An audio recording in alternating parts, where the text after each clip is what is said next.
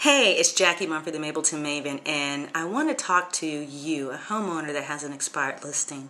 If you're watching this video and your home has recently expired, I want you to follow these couple of tips that I'm going to give you, and then I want you to go over to my website at gotmableton.com and learn more about what you should do before you put your house back on the market. So if your home expired, it probably expired because of price. Just point blank. It probably expired because of price, or its condition, or maybe the failed marketing that the previous agent you hired didn't do, or did do and it didn't work. There's three things you want to focus on. Why didn't the house sell? If you had it listed and you actually had showings and you had buyers coming in, but nobody wrote offers, it's because the condition of your property did not match the price you were asking.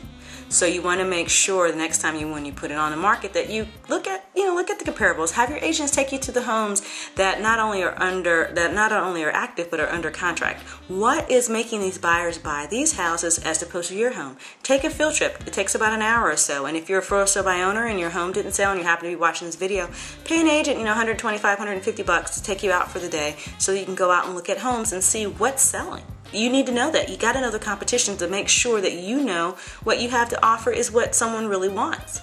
You want to make sure too that your house looks good from the street. I mean, there's been plenty of times where I've seen houses myself on the internet that look fabulous. They had fabulous photos, but when we get to the house, I mean, oh my gosh, there's like 8 inches, 9 inches, 10 inches of grass. There's toys in the yard just errantly just laying around, and we got in, the house had some odors. It was dark because a lot of people don't, for some reason, when they know they're having a showing, and to say they left their house like an hour before, they don't leave any lights on. Even during the day, you need to leave lights on because there's a lot of dark rooms in houses, like laundry rooms and closets and things that people really want to see.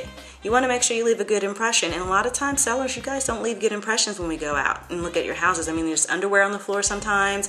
They have, things that they just maybe just cooked, or whatever it could be. You want to make sure it's ready for somebody because you would expect the same when you're going out and looking. So a couple other tips I wanted to mention. If you need to sell your house in order to buy a new one, and you need to get all of the equity out of the house to buy the new house, and say for instance you need $40,000 or $50,000 to buy the next house, and you truly really are like at the very nth of that amount of money in your listing. Say you have a $350,000 house, okay, and you owe $300,000, or say you owe $280,000 on it, and you've got to pay your realtor fees, of course, and you are barely scraping by with getting that $50,000 to buy the next house. Well, really, you probably need to reduce the type of pricing that you're asking on that that you want to spend on the next house. Or you really need to, just hold off from selling. If you don't have any other funds from anywhere else, some savings or from a 401k or anything that you can use to buy the next house, you're probably buying too much house. So therefore, because it's forcing you to have to ask more for your house when it's not really a realistic sales price, in all honesty. You have to make sure that the price matches the condition. So like I said, if I'm going to go show your listing, with one of my buyers, and we're going to look at 4 or 5 houses in the area that day, so we're going to really compare, because that's what they do. They're going to compare. And if I go in your house and it didn't look good, say it had a funny smell, or there were animals that you left behind around the house, or you had children's toys and the buyer trips on a toy, I mean, that doesn't leave a really good impression at all. I mean, it's not even if you're having company come over, you would clean the house better. So you need to make sure you do that for your buyer, because they're not only just buying an area, they're buying your house and they're investing hundreds and hundreds of thousands of dollars into your property, and they want to make sure it's a good impression. When you go to a nice restaurant, you expect there to be a hostess, you expect them to look nice and be pleasant, and then when you sit down at the table, you expect your waiter to be pleasant and in a nice uniform and clean and professional. So, when you have your house on the market, expect buyers are going to expect the same from you. So make sure you stage it. Also, too, a big thing is if you have a home that is, say, on some acreage, okay, 5, 6, 7, 8 acres plus, and you have a long driveway, clean your driveway.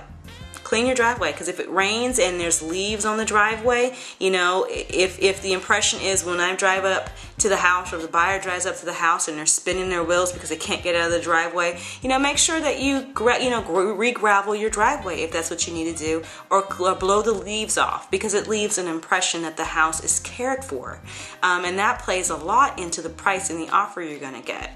So just want to give you those tips. Thanks so much for watching. I hope this has been helpful. Please remember to go to my site and check out the link that I have on expired sales or expired listings, because I have some really good tips that I think will help you. You can also learn a little bit about what I do personally that most other realtors don't do to get homes sold.